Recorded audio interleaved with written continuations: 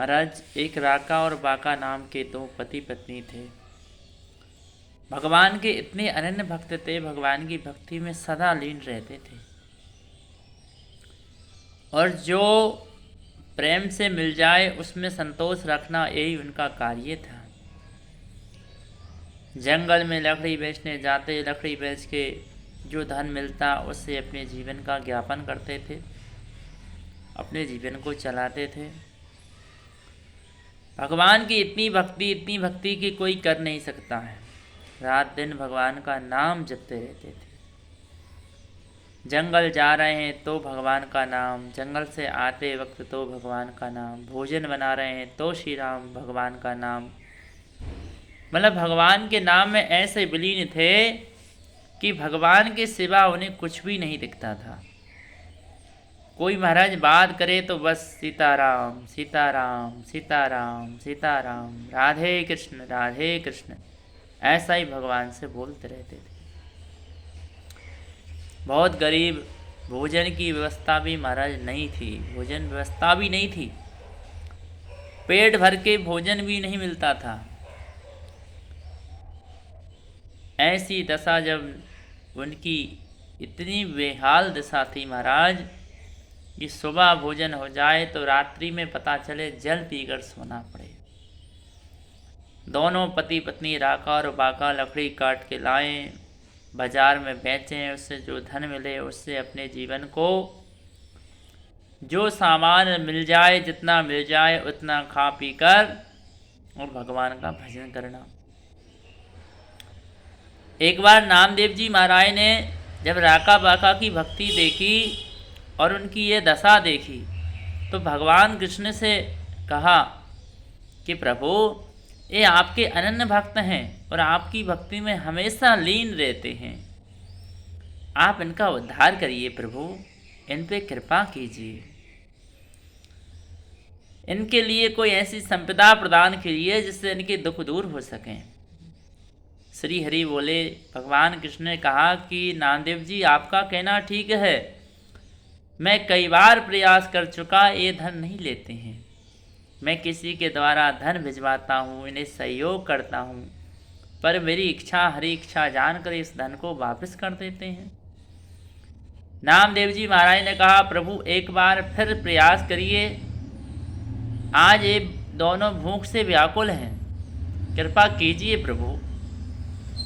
नामदेव जी से भगवान कृष्ण कहते हैं, ठीक है, अगर आपको मेरा विश्वास नहीं है तो आइए आज आप मेरे भक्तों का परीक्षा लेके देखिए। तो नामदेव जी से भगवान ने कहा कि ये हीरे जवाहरात जी एक पोटली में मोहरे बांधकर, जहाँ से राका बाका का रास्ता था जंगल को जाने का, वहाँ पर उस पोटली को फेंक दिया। महाराज पोटली जमीन में रखी हुई थी। जब राका और बाका का निकलना हुआ, आगे बाका चल रहे थे, बाका का जैसे ही पैर उस पोटली में लगा तो तुरंत उस पोटली को उठा लिया। देखना, इस कथा से जानिए कि भगवान की कृपा जिस पे होती है उसे संसार की दौलत सूने लगती है, मिट्टी के समाने लगती है। जब बाका ने उस पोटली को उठाया और उठाकर उस पोटली को जमीन में दबाने लगे, वैसे ही पीछे पत्नी आ रही थी। पत्नी ने जोर से आवाज लगाई, स्वामी आप ये क्या कर रहे हैं, आप तो मिट्टी को मिट्टी से दबा रहे हैं। जब ऐसा सुना महाराज तो पति की आंखों में से आंसू बहने लगे कि प्रिय आप ये क्या कह रही हो। अरे मैं तो इस लोभ बस इसको दबा रहा था कि कहीं मेरी पत्नी के मन में लोभ ना आ जाए और इस पराये धन को अपना ना मानकर कहीं ये उपयोग में ना ले ले। बाका की पत्नी ने कहा, स्वामी आपका जो निश्चय है, आपका जो दृढ़ निश्चय है, वो ही निश्चय मेरा है प्रभु। जिस स्थिति में आप रहते हैं उस स्थिति में मुझे रहना है। आपकी संपदा मेरी संपदा है, पराई संपदा का तो मैं मिट्टी के समान मानती हूँ। आप तो इन्हें मोहरे कहते हो, मेरे यहाँ तो ये मेरे लिए तो ये मित्र का यानी मिट्टी के समान है। स्वामी जी बोले, बाका ने कहा, हे प्रिय, आप तो मुझसे आगे ज्ञानी निकल गई, आपने तो मुझसे भी ज़्यादा ज्ञान प्राप्त कर लिया कि मैं तो आज इनको मोहरे मान रहा हूँ, धन मान रहा हूँ, लेकिन आपकी दृष्टि में तो ये मिट्टी के समान है। बड़े प्रसन्न हुए अपनी पत्नी का भाव देखकर।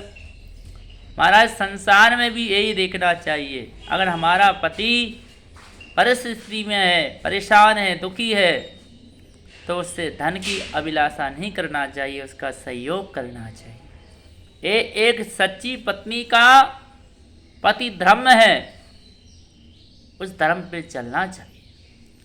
दोनों ने उस पोटली को वहीं रख दिया जहाँ रखी हुई थी और आगे जंगल के लिए लकड़ी काटने के लिए निकले। महाराज, भगवान कृष्ण ने जब नामदेव जी से कहा, देखो नामदेव जी, मैंने आपसे कहा था ये दो मेरे जो भक्त हैं ये बिल्कुल भी किसी की सहायता नहीं लेते हैं। भगवान कृष्ण से नामदेव जी महाराज बोले कि प्रभु, किसी और प्रयास करिए जिससे कि आपकी सहायता भी मिल जाए और राका बाका का काम भी हो जाए। भगवान कृष्ण ने जंगल की सारी लकड़ी काट के बड़े बड़े गट्ठे रस्सी से बांध के रख दिए। जब जंगल में राका बाका ने प्रवेश किया, देखा कि जंगल की सारी लकड़ी कटी पड़ी हैं और सभी लकड़ियों का गट्ठा बंधा हुआ रखा है। तो आपस में दोनों पति पत्नी कहने लगे कि आज तो हमारे भाग में भोजन भी नहीं है।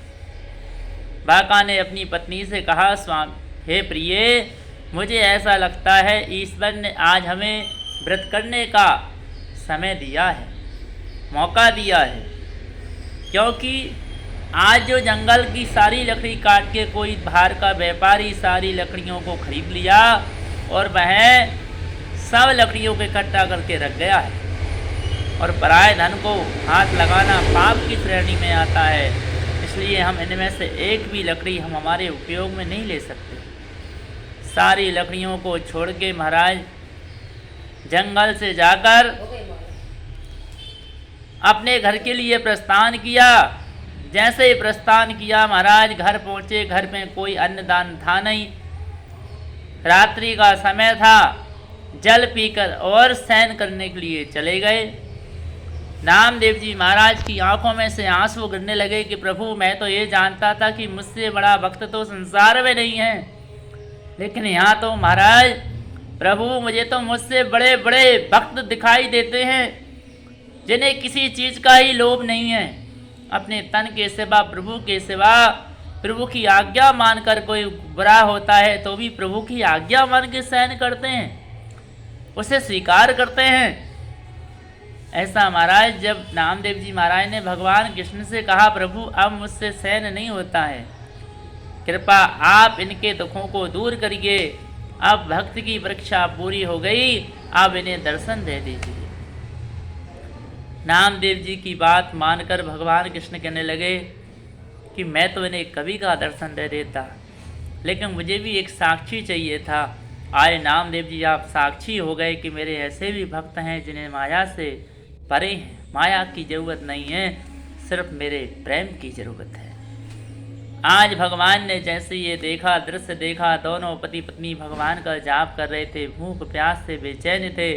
भगवान ने साक्षात रूप में प्रकट हुए और कहा कि हम तुम्हारी भक्ति से प्रसन्न हैं, मांगो क्या मांगना चाहते हैं। महाराज हमारे सामने भगवान आते तो हम हजारों करोड़ों की दौलत मांगते, अनमोल रतन मांगते, गाड़ी बंगला मांगते, लेकिन राका बाका ने देखो क्या मांगा कि प्रभु आज आपने दर्शन दे के हमारे जीवन को धन्य कर दिया। हम बड़े प्रसन्न हैं प्रभु, जो आपने हमें दर्शन दिया। हमारे कौन से जन्मों का पुण्य जो उदय हो गया, जो हमें आपका दर्शन हुआ। बस ऐसा ही आपका दर्शन, ये छवि हमारे मन में बसी रहे और प्रेम पूर्वक हम आपकी भक्ति करते रहें, ऐसा हमें वरदान दीजिए और कुछ नहीं चाहिए। राका भाका का भगवान ने उद्धार किया।